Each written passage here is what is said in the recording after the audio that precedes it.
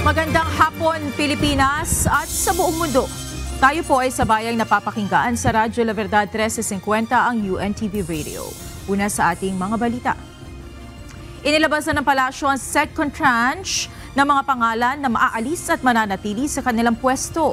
Ito'y alinsunod sa courtesy resignation na direktiba ni Pangulong Ferdinand Marcos Jr. sa lahat ng head of agencies ng gobyerno at ang pagsasagawa ng performance review hindi lamang sa mga miyembro ng gabinete kundi sa iba pang mga opisyal. Ito ang balita ni Ivan Alvarez, live.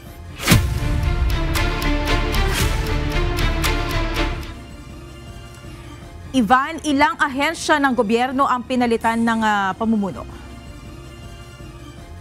Magandang hapon sa Monica. Ayon kay Executive Secretary Lucas Bersamin, mga bagong pangalan sa 3 ahensya ng gobyerno ang mapapalitan. Ayon ito o alinsunod ito sa isinasagawang performance evaluation ni Pangulong Ferdinand Marcos Jr. Nagpapatuloy ang evaluation ni Pangulong Ferdinand Marcos Jr. sa mga miyembro ng kanyang gabinete at ibang ahensya ng pamahalaan. Ngayong hapon, inilabas ng palasyo ang pangalawang batch ng mga pangalan ng bagong mamumuno sa iba't ibang ahensya ng gobyerno. Kasama na rito si Criminal Investigation and Detection Group o CIDG Director Police Major General Nicolas Torre III bilang bagong hepe ng Philippine National Police o PNP. Ayon kay Executive Secretary Lucas Bersamin, 5 pangalan ang pinagpilian na maging bagong PNP Chief at si Police Major General Torre ang itinakda ng Pangulo sa posisyon. Alam mo, lahat ng promotion reward yan, no? But most promotions are given on merit. So let us assume that this was given on merit because, you know, it was not an easy decision on the part of the President. Paliwanag ni Secretary Bersamin, confidential ang appointment elements ng isang PNP chief. Ngunit tiniyak nito na performance ang isa sa palaging tinitingnan ng Pangulo. Inaasahan naman na isasagawa ang turnover of command ceremony mula kay outgoing PNP Chief Police General Romel Francisco Marbil papunta kay Police Major General Torre III sa darating na Lunes, June 2. All PNP chiefs serve at the pleasure of the President, whether they have a term or not. If the President wants to terminate them, he could do that. But let us just expect that General Torre will be there until the end. Samantala, tinanggap rin ni Pangulong Marcos ang courtesy resignations ni Solicitor General Bernardo Guevara at Commission on Higher Education o CHED Chairperson Prospero de Vera. Kanina sumumpa na bilang bagong Solicitor General si University of the Philippines o UP College of Law Dean Attorney Darlene Marie Berberabe, kung saan si Atty. Berberabe ay dating President at Chief Executive Officer ng Pag-ibig Fund. Habang magiging bagong CHED Chairperson naman, si CHED Commissioner Shirley Agrupis. Ayon kay ES Bersamin, sisiguruhin na magkakaroon ng maayos sa paglilipat ng pamumuno para sa mga ito. We are grateful for the service of those who are stepping down. A smooth transition is being implemented to ensure continuity and stability in their respective institutions. Ibinigay rin ni ES Bersamin ng ilan pang pangalan ng mga kalihim na kumpirmadong magpapatuloy ng kanilang serbisyo sa gabinete. Kabilang na dito sina Department of the Interior and Local Government o DILG Secretary Juanito Victor John Vic Remulla, Secretary of National Defense Gilberto Teodoro at Justice Secretary Jesus Crispin Remulla. So yung po 3, dinecline na po ng Pangulo? Yeah, definitely declined na yan. Thank you very much. Monica, nagpapatuloy ang performance evaluation na isinasagawa ni Pangulong Marcos kung saan tiniyak ni Executive Secretary Lucas Bersamin na masusi ang ginagawang review hindi lamang sa mga head of agencies kundi pati na rin sa sistema at kalidad ng serbisyo publiko na natatanggap ng bawat Pilipino. Yan muna ang update mula dito sa Malacanang. Balik sa inyo dyan, Monica. Ivan, may ibinigay na bang marching order ang Pangulo sa mga bagong talagang opisyal? Monica, walang eksaktong detalye na ibinigay sa Executive Secretary Bersamin tungkol sa marching order na ibinigay na ng Pangulo dito sa mga bagong uupo sa posisyon. Ngunit isang bagay ang itiniyak ni E.S. Bersamin, lalong-lalo na at nakapanumpa na kanina ang bagong Solicitor General. Ayon kay E.S. Bersamin, ang panunumpa ng bagong Solicitor General ay pagtitiyak o indikasyon na nagtitiwala ang Pangulo sa mga ito. Maraming salamat, Ivan Alvarez, live mula sa Malacanang Palace. Nagpapasalamat si Police Major General Nicolas Torre III sa suportang nakuha matapos si anunsyo ng Malacanang ang pagkakatalaga sa kanya bilang susunod na hepe ng Philippine National Police. Bili naman ng magre-retirong si PNP Chief Police General Romel Francisco Marbil sa kanyang successor, ipagpatuloy ang mga reforma at mga binagong polisiya sa pagdedisiplina sa mga pulis. Ito ang balita ni Lea Ilagan. Marami po kailang ayusin na reform. Marami po kong structure na dapat ayusin sa organization natin. But I guess already binigyan na natin ng at least ang daan na ito yung dapat gawin natin. How we manage our people, how we strict our maraming policies na binago namin within internal policies that you can see in the future. Tuloy na ang change of command at retirement ceremony ni Philippine National Police Chief Police General Romel Francisco Marbil sa June 2. 5 araw bago matapos ang 4 na buwang extension na ibinigay dito ni Pangulong Ferdinand Marcos Jr. Ito'y matapos i-anunsyo ni Executive Secretary Lucas Bersamin na si Criminal Investigation and Detection Group Director, Police Major General Nicolas Torre III na ang papalit bilang bagong Chief PNP. Alam mo, si Presidente always demands performance. Kahit na ano yung pinagawa sa iyo, you must have, you must exhibit some high degree level of performance. So maybe that is one. I'm not going to discount that. Bili ni General Marbil sa papalit sa kanya sa pwesto, ituloy ang nasimulan niyang reforma, lalo na ang pagdisiplina sa mga pulis. Ito po yung bagong pulisiya namin. Dati po, pagka nagkakamali ang pulis, ang ginagawa, pinatatapon lang sa Mindanao. Ngayon, there's no sabi namin, there's no turning back. Pagka nagkamali ang pulis, you're out. Lahat po ng ginagawa natin, ngayon po palang binabago, the people will adapt. So by the next PNP, just follow the reform, tuloy-tuloy po, and just improve it. Mas maganda po ang Philippine National Police. You can see a better Philippine National Police. Sang-ayon naman si General Torre sa pagpapatuloy ng reforma sa PNP. Sa isang text message sa UNTV, sinabi nito na agree siya sa mga sinabi ni General Marbil. Si General Torre ay ipinanganak noong March 11, 1970 sa Hulo, Sulu.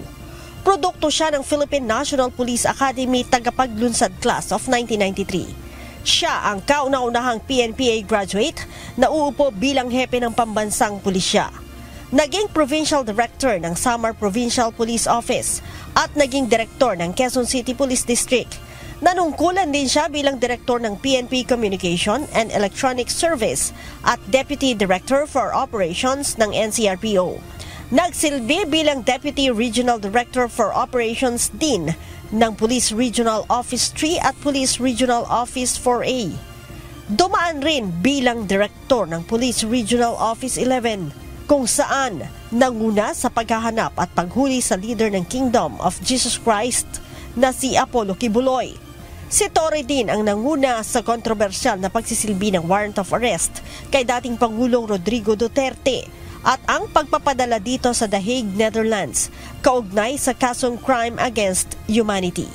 Siya ay nakatakda magretiro sa March 11, 2027, kasabay ng kanyang ika-56 na kaarawan. Lea Ilagan, UNTV, News and Rescue.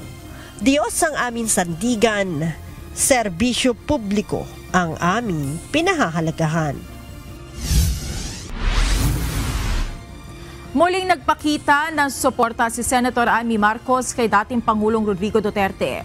Si Senator Amy ay kasama ngayon ni Vice President Duterte sa The Hague, Netherlands. Sa kanyang social media post, ibinahagi ng mambabatas ang isang larawan kasama ang pangalawang Pangulo.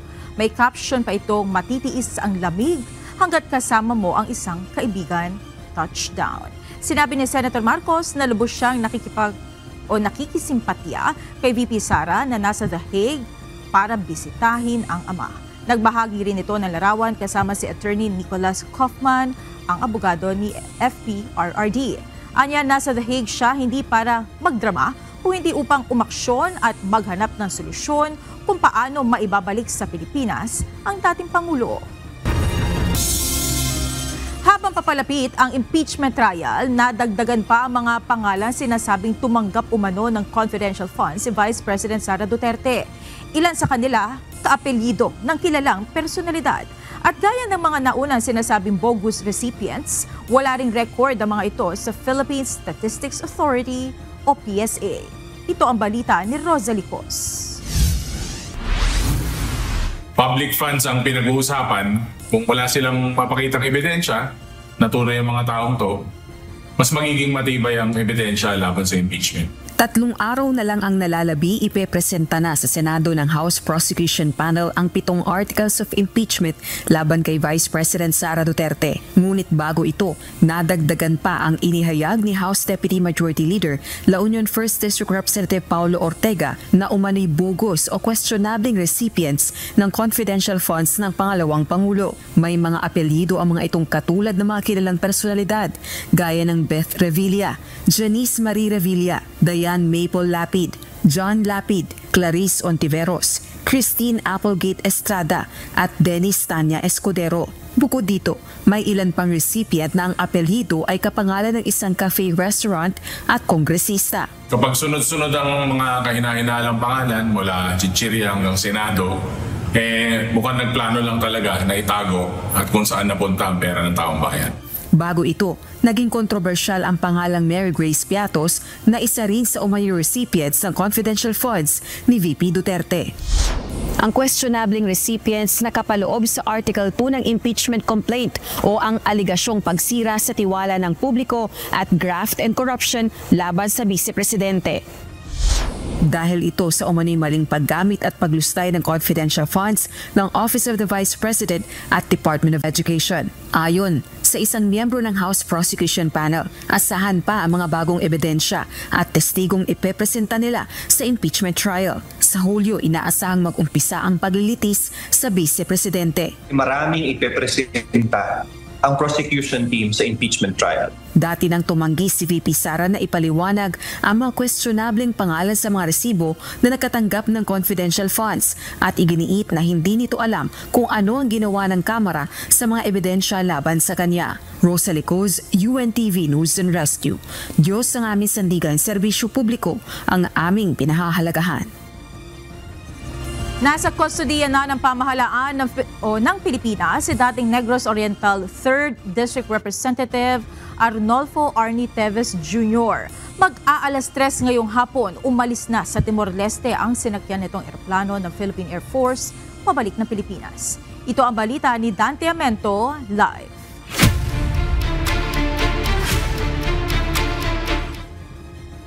Dante, anong oras inaasahan darating sa bansa sa yung eroplano sinasakyan ni Teves at saan siya dediretso pagdating dito?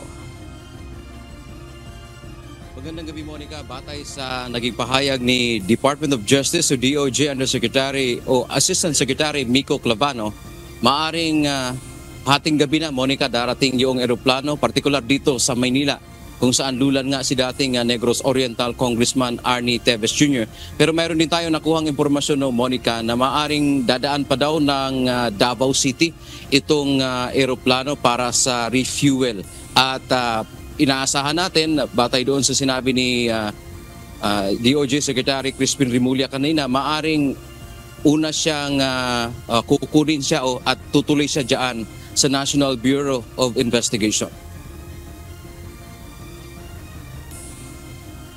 Opisyal nang nailipat sa Pilipinas mula sa Timor-Leste ang kustodiya kay dating Negros Oriental 3rd District Representative Arnolfo Arnie Teves Jr. ngayong araw. Sinundo ito ng mga tauhan ng National Bureau of Investigation o NBI at Bureau of Immigration sa Timor-Leste. Bukod sa nakaposas, naka-chain din si Teves. Agad itong isinakay sa eroplano ng Philippine Air Force at pasado alas 2 ngayong hapon ay lumipad na pabalik ng bansa. He's already in Philippine custody, in the custody of our government. And we'll bring him home so that he can face the charges. Ayon kay Rimulya, ito ay matagal na nilang hinihintay at haharap na rin ito sa korte para sa arraignment, partikular sa mga kasong murder, frustrated murder at attempted murder na nakasampa sa korte sa Maynila kaugnay ng Pamplona Massacre na ikinamatay ni Governor Ruel Digamo at mga krimen na nangyari mula 2019. Harapin niya lahat ng mga paratang sa kanya na nauukol sa pagpatay kay Governor Ruel Digamo at sa 12 pang tao na pinatay noong Marso 2023. Naghintay kami ng 2 taon para mangyari ito. Dagdag pa ni Rimulya, pagdating dito ay dadaan si Teves sa booking, kukunan ng biometrics at isa sa ilalim din sa medical check. Posiblyan niya itong ikulong sa isang pasilidad ng NBI at sa mga susunod na araw ay formal na haharap sa hukuman pagkalipas ng halos 2 taon mula nang maglabas ng warrant of arrest ang korte. Yung safety niya yung aming concern, kaya malamang one of the NBI facilities that we prepared. Marami na tayong hinanda na detention facility. Samantala, tinuligsa naman ng kampo ni Teves ang hakbang o administrative deportation sa kanyang kliyente.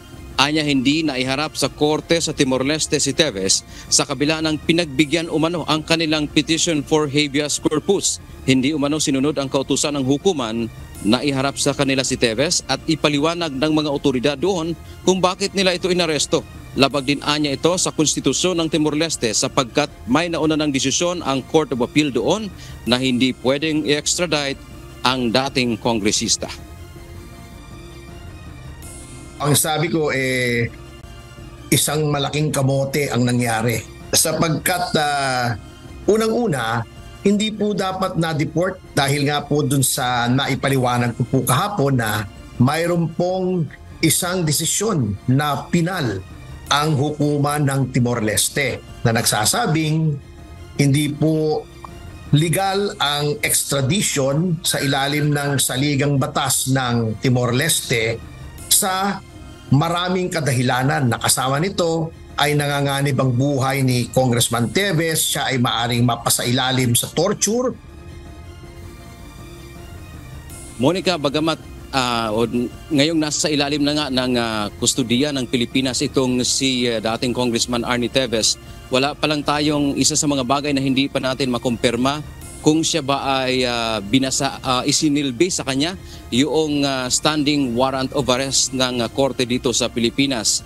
Di natin alam kung sa eroplano kanina, medyo nagtagal din kasi kanina Monica, dyan sa Timor-Leste yung pag-alis ng eroplano, maaring doon binasahan siya ng warrant of arrest na isinilbi ng korte at inaasahan din natin na kasunod niyan ay isosoli yung warrant sa korte. Ayon, maaring ito ay yung physical document lamang ang ibabalik sa hukuman bago sa inaasahan na formal na haharap sa trial sa mga susunod na araw.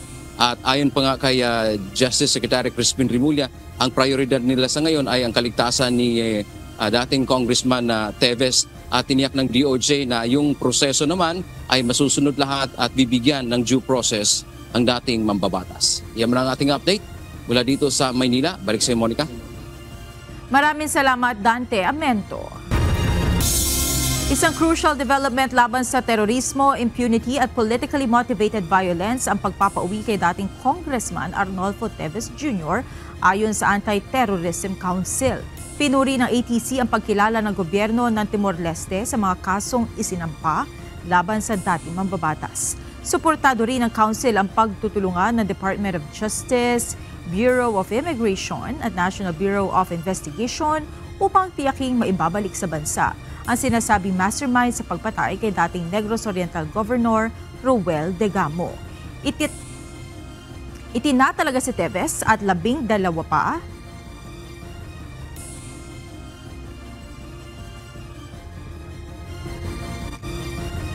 ang iba pa ng ATC bilang leader ng terrorist organization na Nolfo A. Teves Jr. Terrorist Group o ATTG batay sa Section 25 ng Republic Act No. 11479 o ang Anti-Terrorism Act of 2020. Narito naman ang mga balita sa iba't ibang panig ng mundo na ihahatid ng ating global correspondent na si Maeve Yandog mula sa Toowoomba, Australia.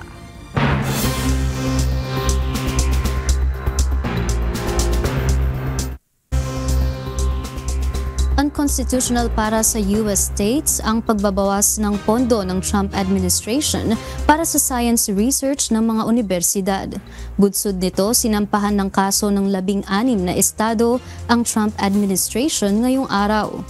Layo nitong pigilan ang massive funding cuts para sa scientific research at mga proyektong nakatuon para sa diversity, science, technology, engineering at math fields.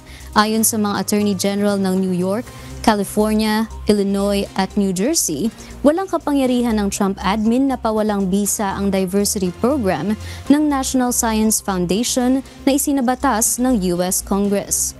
Una nang nagsampa ng lawsuit ang 13 major US universities upang pigilan ang desisyon ng NFS na bawasan ang reimbursement para sa indirect research costs katulad ng lab space, equipments at iba pa.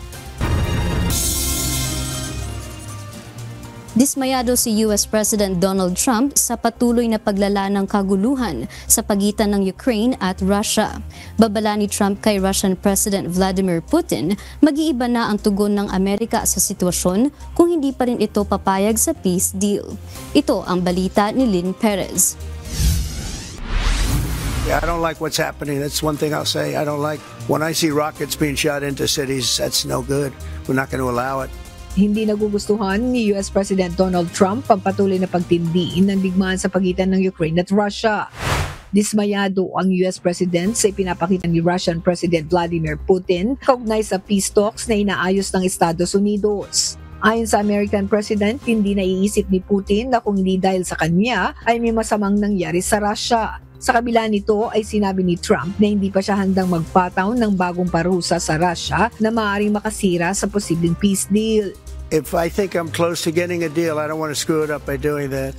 If I think it's going to hurt a deal, this isn't my war. This is Biden's war, Zelensky's war, and Putin's war. This isn't Trump's war. I'm only here for one thing, to see if I can end it. Sa gitna ng palitan ng drone at missile attacks ng Russia at Ukraine, nagbigay ng imbitasyon ng Russia para sa bagong negosasyon sa June 2 sa Istanbul. Iginiit ni Trump na kung lalabas na nagpapalusot lamang si Putin ay magiging iba ang magiging tugon ng Amerika. We're going to find out whether or not he's tapping us along or not. And if he is, we'll respond a little bit different. Lynn Perez, UNTV News and Rescue. Diyos ang aming sandigan. Serbisyo publiko ang aming pinahahalagahan. Nagsimula na kaninang umaga ang early voting para sa halalan sa South Korea. Ayon sa National Election Commission, alas 10 pa lang ng umaga, mayroon na itong record-breaking turnout na 5.24%. Pinakamataas ang partisipasyon sa South Jeolla na may 10.87%, habang mababa pa rin sa mga rehiyon sa Timog Silangan gaya ng Daegu. Base sa pinakabagong survey, nangunguna sa may pinakamalaking tsansang manalo si Lee Jae-myung ng Democratic Party na may 49.2%. Kasunod si Kim Moon-soo ng People Power Party na may 36.8%. Nagdeklara ng province-wide state of emergency ang Manitoba dahil sa mabilis na pagkalat ng wildfires sa hilaga at silangang bahagi ng probinsya. Tinatayang 17,000 residents ang kailangang ilikas ng Canadian Armed Forces mula sa mga lugar gaya ng Flin Flon, Pimichimak at Pukatawagan. Nababalot na ng usok ang lungsod ng Flin Flon at may sunog na 2 kilometro ang layo, kaya ipinag-utos ng pamahalaan ang agad na paglikas. Pinayuhan ng mga opisyal ang mga residente na maghanda ng mga mahalagang gamit at umalis agad. Ang mga evacuees ay dadalhin sa Winnipeg at pansamantala tutuloy sa mga pasilidad gaya ng community centers at arenas. And now I want to speak specifically to people in the wildfire zone. If you are in Flin Flon, please go to Winnipeg. If you are in Pimicikamak or Puckatawagan, listen to direction from your local leadership. This is a moment of fear and uncertainty. This is a moment of concern. But I want to tell you that your fellow Manitobans will welcome you. We will get through this difficult period, and we'll get through this trying period the way that we always do, by working together. At yan ang mga balita mula sa iba't ibang panig ng mundo. Mula dito sa Toowoomba, Australia, ako si Mavian Dog. Magandang gabi. Patuloy ang paghahanda ng mga senador sa isasagawang impeachment proceedings kay Vice President Sara Duterte simula sa susunod na linggo. Nagpahayag naman ang kanilang opinyon ng ilang pang mga senador kaugnay ng posibleng pagtawid ng impeachment trial sa 20th Congress. Ito ang balita ni Asher Cadapan Jr. Dumating ni Rob namin. Ako kanina sa office. At ako naman, I am reading the rules. So, natin mabasa yun. At binabasa ko rin ang article. Natanggap na ng ilang senador ang robe na gagamitin sa impeachment trial ni Vice President Sara Duterte. Isa si Senador Sherwin Chalian sa nakakuha nito. Ngunit bukod anya sa robe, natanggap at binasa na rin niya ang articles of impeachment. Doon sa annex na nadala ng House, wala pang mga concrete evidence. So, antayin namin yung mga witnesses at yung mga isasubmit na lang mga pieces of evidence para mabasa namin. Inaasahan naman ni Senador Joel Villanueva ang lahat ng posibleng mangyari at mga argumento mula sa iba't ibang kampo maging ang mga pagkwestiyon sa proseso. Nagkaroon niya sila ng mga konsultasyon sa iba't ibang justices kabilang na si Justice Efren de la Cruz na ilang oras nilang nakausap. Sa mga major na masasabi natin, di ba, doon sa pag-file ng articles of impeachment, hindi first or second or third, ang ginamit yung fourth, di ba? At the same time, yung pagtawid from 19th Congress to 20th Congress, di ba?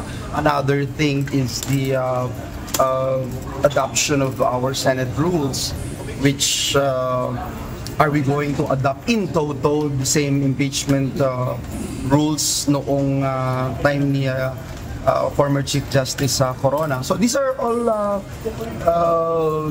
the things that we are looking into. Nagpahayag rin ng dalawang mambabatas ng kanilang posisyon kaugnay naman sa posibleng pagtawid ng impeachment trial sa susunod na Kongreso. I-reserve ko yung aking final comment yan. Pero yung prinsipyo kasi ng Senate is a continuing body. Kaya meron 12 ang incumbent katulad ko, may 12 na bago. So continuing body siya. So yung principle na yan, tingin ko ma-apply yan sa mga ganitong situation tulad ng impeachment. At the end of the day, it's really the rules of the Senate. Sir? Yung rules of the Senate, sariling rules namin ng impeachment which will be promulgated by June 2. So yun ang talagang dapat ma-trash out na doon. Kahapon, sinabi ni Senator-elect Vicente Tito Soto III na inaasahan nito na pagdedebatihan ng impeachment trial sa pagsisimula ng 20th Congress. Partikular na ang issue kung kabilang ba ang mga bagong hanay ng mga senador sa impeachment court at kung susumpa ang mga ito bilang impeachment judge. July 28 pa lang, yung mga bago, kung sila ba ay mag-o-oath as members of the impeachment court na kasama nito mga dati or didebatihin nila yung issue niya. Sinagot naman ito ni Senador Aquilino Coco Pimentel III. Aniya, sa ilalim ng 1987 Constitution, ang Senado ay isang impeachment court kaya maaari itong ihambing sa korte. At gayaan niya sa isang korte, ang trabaho o kaso sa Senado bilang impeachment court ay hindi dapat maapektuhan sa pagpapalit ng miyembro. Kaya sa opinyon ni Senador Pimentel, ang impeachment workload ng Senado sa 19th Congress ay maaaring tumawid sa Senado ng 20th Congress. Kasabay ng mga talakayan sa mga issue kaugnay ng impeachment trial kay Vice President Sara Duterte, Patuloy din ang paghahanda ng mga kawani ng Senado kung saan ipinakita pa nito ang ilang mga pasilidad na gagamitin sa paglilitis. Gaya na lang ng 3 silid na ito kung saan ang isa ay dedikado para sa mga kawani ng media, ang pangalawa ay para sa House Prosecution Panel at ang pangatlo ay para naman sa mga kabilang sa defense team. Sa pagbabalik sesyon ng Kongreso sa susunod na linggo, plano ng mga kawani ng Senado na karaniwan pa rin ang itsura ng plenaryo gaya sa mga regular na sesyon. Nakatakdang basahin ang Articles of Impeachment sa Lunes, June 2, alas 4 ng hapon kung saan imbitado ang House Prosecution Panel. Habang sa Martes, June 3, alas 9 ng umaga ay isasagawa ang pag-convene o pagtitipon ng mga senador bilang impeachment judge. Dito rin isasagawa ang pagsasaman kay Vice President Sara Duterte na bibigyan ng 10 araw para tumugon. Asher Kadapan Jr., UNTV News and Rescue. Diyos ang aming sandigan, serbisyo publiko ang aming pinahalagahan.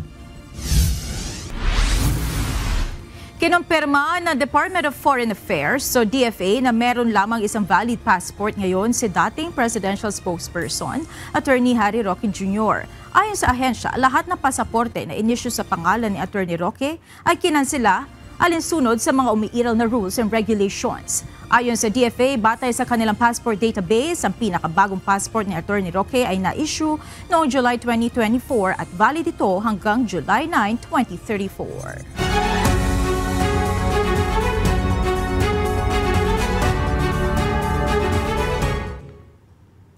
Sa kapapasok lamang na balita, ipinagpaliban ni Senate President Francis Chis Escudero ang presentation of the Articles of Impeachment laban kay Vice President Sara Duterte. Sa halip na sa Lunes, June 2, isasagawa na ito sa June 11. Ito ay para bigyan daan ng mga priority legislative measures ng Senado bago mag-adjourn ang 19th Congress.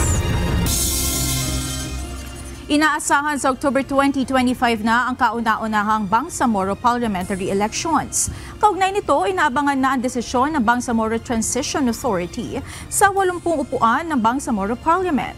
Ito ang balita ni Jed Neresina. Kami, torn between two lovers, feeling like a fool. Are you going to proceed or are you not going to proceed? But we decided to proceed with the preparation. Tuloy ang paghahanda ng Commission on Elections sa nalalapit at kauna-unahang Bangsamoro parliamentary elections sa bansa. Ayon kay COMELEC Chairman George Erwin Garcia, hindi na kayang ipagpaliban pa ng komisyon ang preparasyon sa nasabing eleksyon. Kaya nagbigay tayo ng instruction sa ating PMO for the Bangsamoro, yung NLE natin, na paghandaan na yung 73 seats. Mahirap kasi ipagbaka sakali na maghihintay kami sa 80. Paano kung wala? Paliwanag ni Chairman Garcia, nakukulangin sila sa panahon kung hihintayin pa nila ang Bangsamoro Transition Authority o BTA kung ano ang gagawin sa kulang na 7 parliamentary seats. Ang parliamentary seats ay mga posisyon sa Bangsamoro Parliament na pupunan ng mga halal o itinalagang kinatawan para gumawa ng mga batas at magrepresenta sa iba't ibang sektor at lugar sa rehiyon. Gusto ko pong emphasize sa lahat, 5 buwan lang po ang naipagkaloob sa amin para paghandaan ng Bangsamoro parliamentary election. 5 months. Ang isang eleksyon na katulad niyan, 1 taon po pinaghahandaan. Kami po 5 buwan lang po ang nabigay sa amin. So kayo na po ang lumagay sa kalagayan ng COMELEC. Bawat araw ay napaka-importante. Dagdag pa ng COMELEC, dahil automated ang darating na BPE, muli silang magkakaroon ng iba't ibang klaseng pagsusuri para sa idaragdag na bagong features sa mga balotang gagamitin. Kapag biglang naging 80, magkakaroon ng pagbabago dahil mag-o-open kami ng filing ng candidacy doon sa lugar na maaapektuhan nung badadagdag na mga parliamentary seats o mababawas na munisipyo o syudad doon sa original na nandoon na distrito. Kaya magkakaroon na napakalaking pagbabago kung sakasakali na pagkaroon ng distribution. Inaasahan sa October 2025 na ang kauna-unahang Bangsamoro parliamentary elections at bahagi ng paghahanda ng COMELEC para rito ay ang inilaang 1 buwan na voters education sa rehiyon. Jed Neresina, UNTV News and Rescue. Diyos ang aming sandigan, serbisyo publiko ang aming pinahahalagahan. Hindi natatanggapin ng Commission on Elections ang barangay certificate bilang patunay ng paninirahan kapag magpaparehistro bilang botante. Ayon kay Chairman Garcia, maaari namang gamitin ang ibang identification cards gaya ng postal ID, senior citizen ID, student ID at iba pa. Magsisimula ang voter registration para sa barangay at sangguniang kabataan elections sa July 1 at tatanggal hanggang July 11, 2025. Tinatanggal na po namin ang barangay certification bilang ebidensya na pwedeng gamitin para pagpapatunay daw na taga doon yung mismo mga tao. Dahil sa napakadami naming inimbestigahan at kinasuhan ng mga barangay officials, dahil sa aming palagay yan ay ginamit na weaponize upang mahakot yung ibang tao doon sa ibang lugar at palabasin na mga sila ay mga taga dito. Bukod sa mga tauhan ng Metropolitan Manila Development Authority, patutulungin na rin nila ang ilang tauhan mula sa lokal na pamahalaan at barangay sa isasagawang clearing operation sa magiging alternatibong ruta sa maaapektuhan ng EDSA rebuild. Samantala mula noong Lunes na itala ng MMDA ang unti-unting pagbaba ng bilang ng mga lumabag sa No Contact Apprehension Policy o NCAP.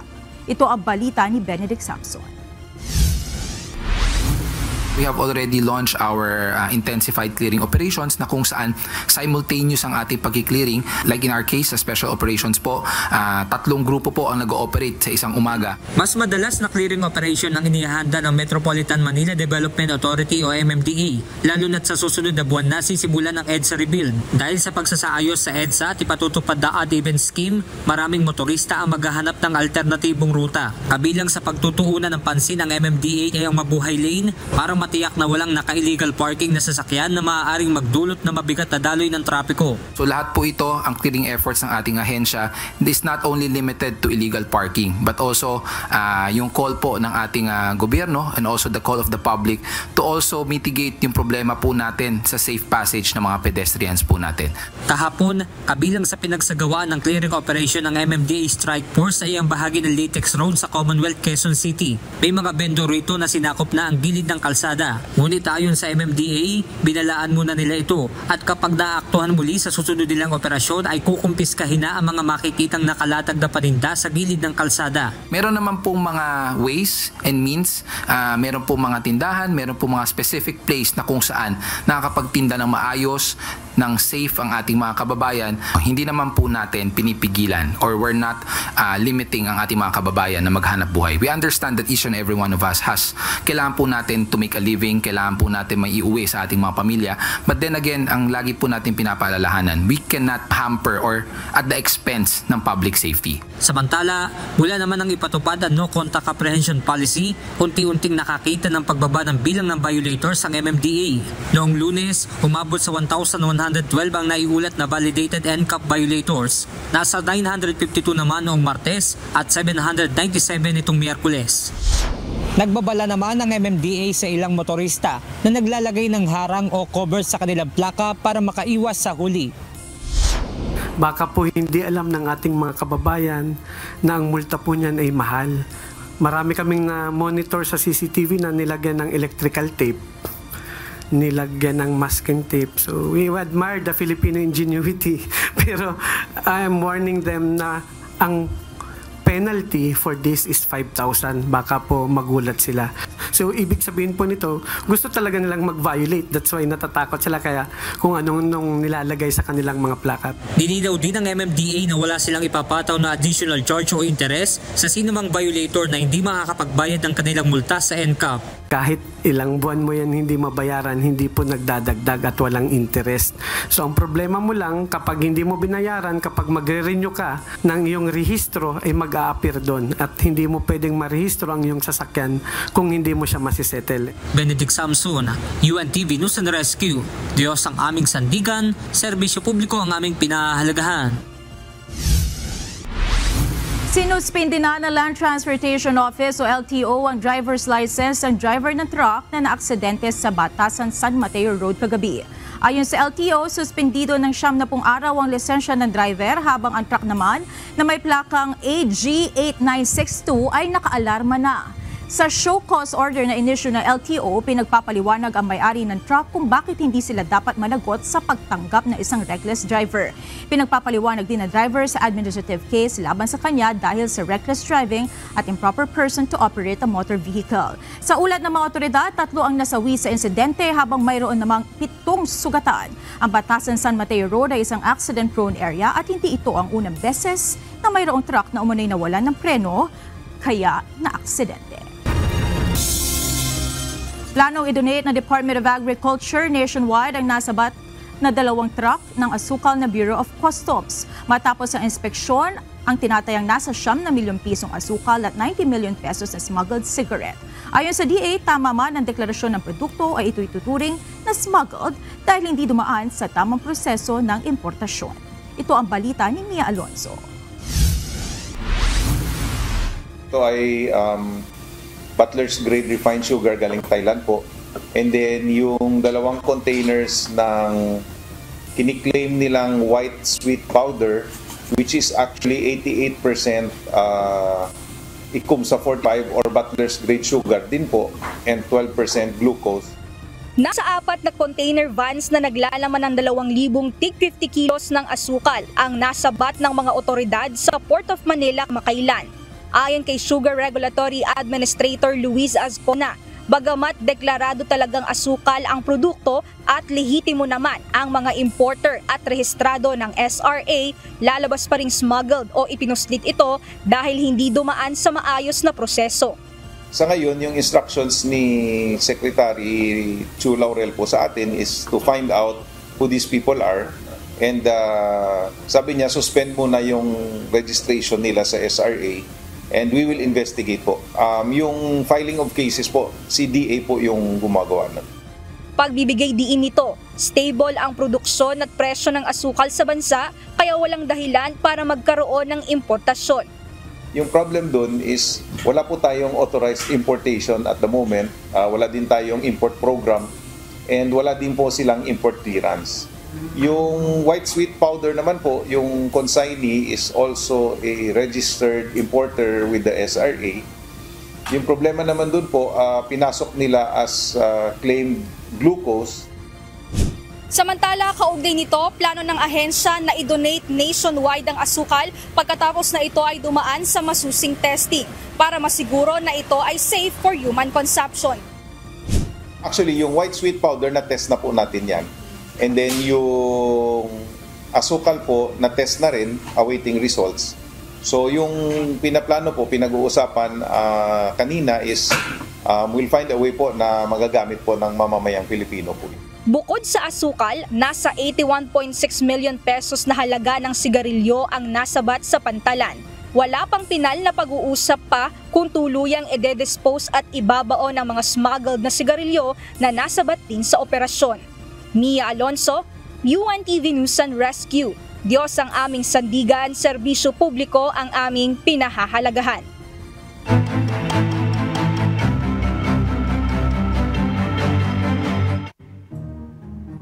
Tinanggal na ng lisensya ng Land Transportation Office ang 4 na driver sa Iloilo na kumpirmadong positibo sa paggamit ng illegal na droga. Samantala, nagsagawa naman ng surprise drug test ang LTO-6 sa mga driver sa probinsya ngayong araw kung saan isa ang positibo. Ito ang balita nila Lane Moreno. Meron kita 4 ka mga driver na nag-positive. And kahapon, na-receive naman natin ang resolution halin sa central office nga nagahatag sa penalidad sa pag-revoke sa driver's license sa 4 nga nag-positive nga driver sa nagligad natin nga drug testing. Tinanggalan na ng lisensya ng Land Transportation Office ang 4 na driver sa Iloilo. Ito ay matapos magpositibo sila sa paggamit ng illegal na droga sa isinagawang random drug test sa 2 transport terminal sa Iloilo City noong April 15. Matapos naman isa ilalim sa confirmatory test ang kanilang specimen, lumabas na positibo rin ito sa droga. Bunsod nito, hindi na sila pinapayagan na makapagmaneho ng anumang sasakyan habang buhay. Tumanggi naman ng LTO na isa publiko ang pangalan ng 4 na driver. Pero inabisuhan sila ng ahensya na isurrender sa kanilang tanggapan ang kanilang mga lisensya. Kanina, muling nagsagawa ng surprise drug test ang LTO-6 katuwang ang PDEA at LTFRB sa 2 terminal sa Iloilo.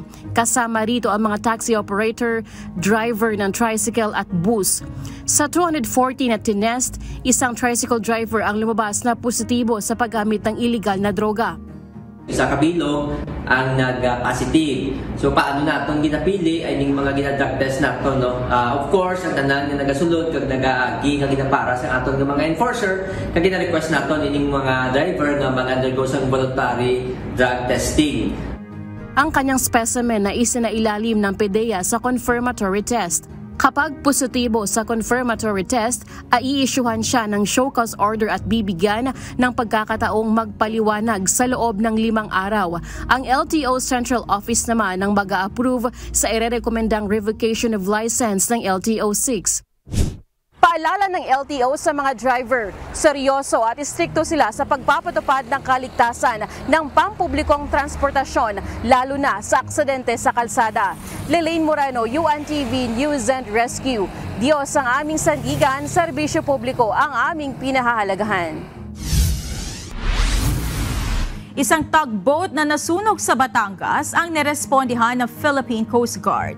Sa Iloilo City naman, hinikayat ng City Health Office na sumailalim sa testing ang mga kagagaling lamang o bumiyahe mula sa mga bansang may pagtaas sa kaso ng COVID-19.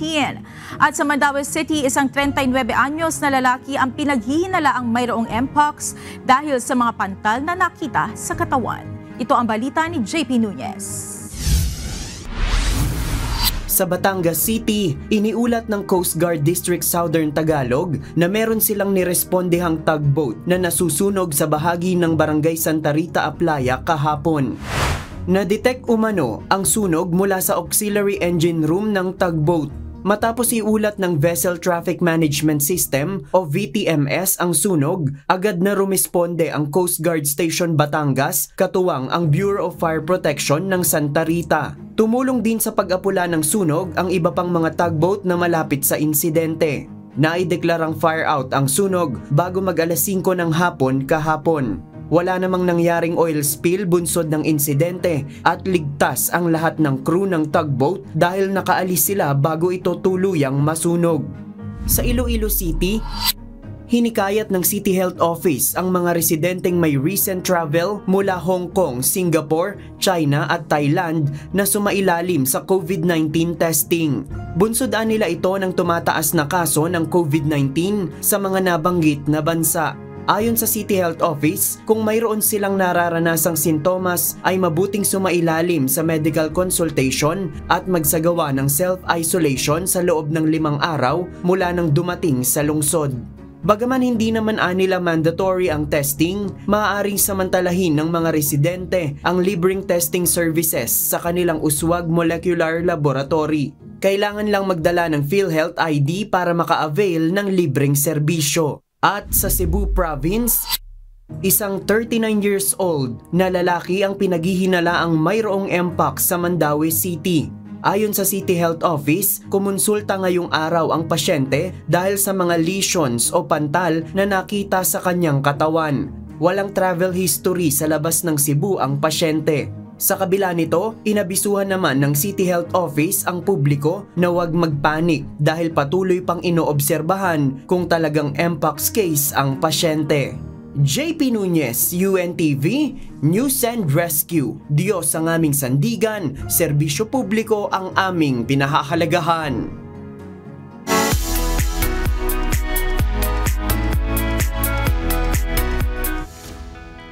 Magiging inspirasyon para sa isang hip-hop group na makagawa ng mga awiting makabayan ang naging karanasan sa pagsama nila sa katatapos lamang na civilian mission ng atin ito coalition sa West Philippine Sea. Sa makasaysayang concert at Sea for Peace, inawit ng grupong Moro Beats ang kanilang awiting teritoryo na sumasa ilalim sa kasalukuyang sitwasyon sa West Philippine Sea. Ito ang balita ni Ryan Lacanlale. Nung nalaman po namin sa balita na nag-aagawa ng teritoryo, naisip po namin magsulat ng kanta na para iparating sa kung sino mang makikinig na sa amin po ang Pilipinas, sa mga Pilipino po ang karagatan ng Pilipinas. Sa gitna ng tumitinding usapin ng pag-angkin ng teritoryo sa West Philippine Sea, naisulat ng hip-hop group na Morobeats ang awiting Teritoryo. Teritoryo namin to, ba't kayo nandito? Sobrang dami na naming ibinigay. Teritoryo namin to, ba't kayo nandito? Ito'y tahanan namin di bibigay. Sumasalamin ito sa paninindigan ng bansa na ipaglaban ang sarili nating karagatan sa West Philippine Sea sa gitna ng tumitinding tensyon.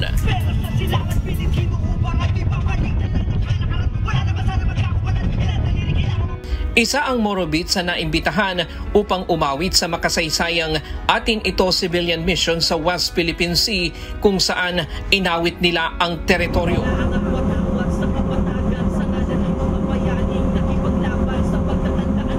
Ito ang unang pagkakataon na inawit nila ang kanta dito mismo sa West Philippine Sea. Aminado ang grupo na mayroong kaba sa kanila lalo na't hindi naman lumubay ang Chinese Coast Guard papunta at paalis ng Pag-asa Island. Sa kabila nito, kung mapagbibigyan pa sila ng pagkakataon, hindi magdadalawang isip ang grupo na umawit muli sa West Philippine Sea.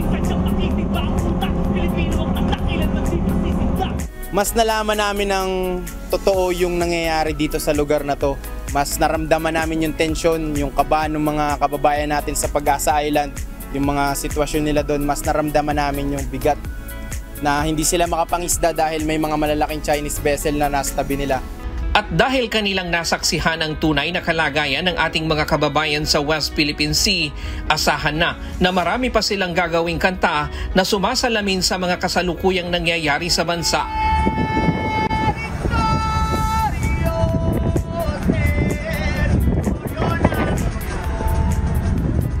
Kaya pag-uwi namin sa kanya-kanyang bahay namin, matik na isusulat namin to bilang isang kanta.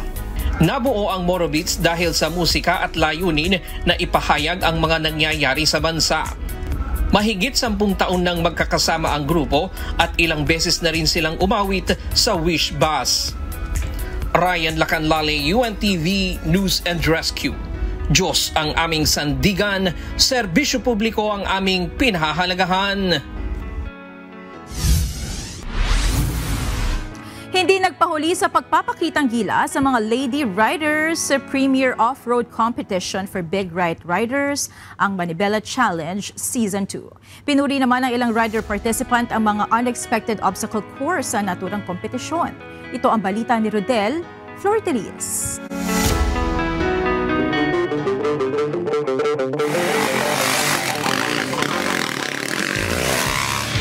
Patuloy ang pasiklaban ng bilis at kasanayan sa off-roading ng mga riders sa ikalawang araw ng Manibela Challenge. Tampok sa Race Day 2 ang bagong kategorya ngayong season, ang Dirt Bike Open category. Kabilang sa mga sumali dito ang rider-vlogger na si Ali Khalid. Hindi mapigilan ni Khalid na ipahayag ang kanyang paghanga sa anyay matalinong pinag-isipan ang disenyo ng Manibela Challenge obstacle course. Yung pagsasaksak natin sa ambulansya, who would expect a sport na isasama yon sa mga obstacles? So very unexpected, very smart of the organizers to think of those types of obstacles na pag nakita mo sa TV, wow, grabe, pwede pala yun. Grabe kayo Manibela. Ang galing.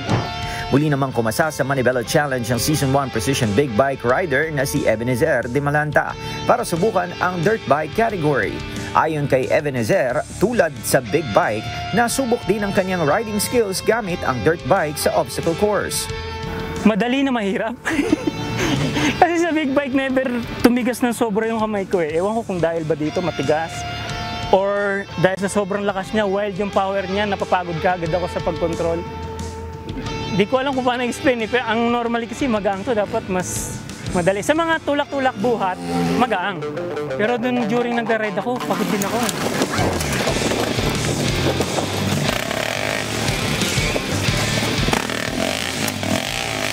Bukod sa dirt bike category, nagpakitang gilas na rin ang mga matatapang na lady riders sa female category. Ngayong season, 7 lady riders ang magpapasiklaban sa 44 off-road obstacle course. Kabilang dito ang Season 1 second placer sa female category na si Shana Tamayo at first placer sa Season 1 female category, Tasha Rebabe. Thank you so much kay Sir, lalo na kay Sir Ron, sa pagbibigay po ng chance sa mga rider, kagaya ko din na lady rider, na marami po kami natututunan dito na mga skills na advanced na magagamit namin kahit saan kami mapunta, dahil ito ay talagang mapapaisip ka. So pag nadaanan mo to, wala ka na masabi, alam mo na ang gagawin mo. Kaya mo nang i-handle ang sarili mo. Bukod sa pagpapakita ng speed at precision sa riding skills, layunin ng Manibela Challenge ang pagsulong ng charity sa riding community. Bringing all of these people together with one passion, with one goal, bringing the speed, precision, and charity at heart, with one goal to provide that to the rest of the world, I think is the most valuable thing na naipoprovide nyo para sa lahat ng mga tao at hindi lang para sa mga rider. Sumabak na rin ang unang 2 koponan ng team category, ang Team Descarte at Team Moto Brothers. At sa huling araw ng Manibela Challenge Race Season 2 ay abang naman natin ang pakikipagtunggali ng ating defending champions sa team category, ang Team Ducati. Rodel Flordeliz, UNTV News and Rescue. Diyos ang aming sandigan, serbisyo publiko ang aming pinahalagahan.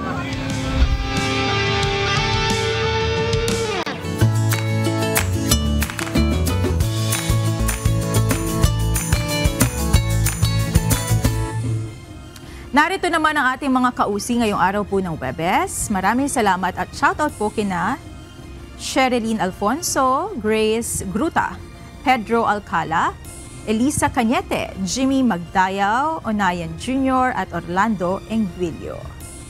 Mga kasangbahay, kung may mga istorya po kayong nais balikan sa Ito ang Balita, pwede niyo po itong muling mapanood sa aming mga official social media account. Magtungo lamang po sa UNTV News and Rescue YouTube channel at i-click ang subscribe button. Gayon din sa aming Facebook, TikTok accounts. Mapapanood nyo rin po rito ang iba pang news programs ng UNTV, pati na ang iba pang video ng nag-iisang public service channel. Kaya subscribe, like, and share. Samantala, narito naman ang salita ng Diyos na ating sandigan mula sa aklat ng Hebreo, Kapitulo 10, versikulo 38, na nagsasabi, "Ngunit ang aking lingkod na matuwid ay mabubuhay sa pananampalataya, at kung siya ay umurong, ay hindi kalulugdan ng aking kaluluwa."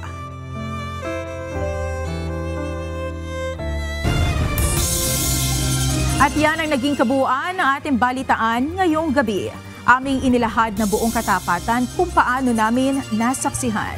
Kayo'y makapagtitiwala na ang aming nakita at narinig ang aming ibinabalita. At dito po sa UNTV, Diyos ang aming sandigan, serbisyo publiko, ang aming pinahahalagahan. Magandang gabi.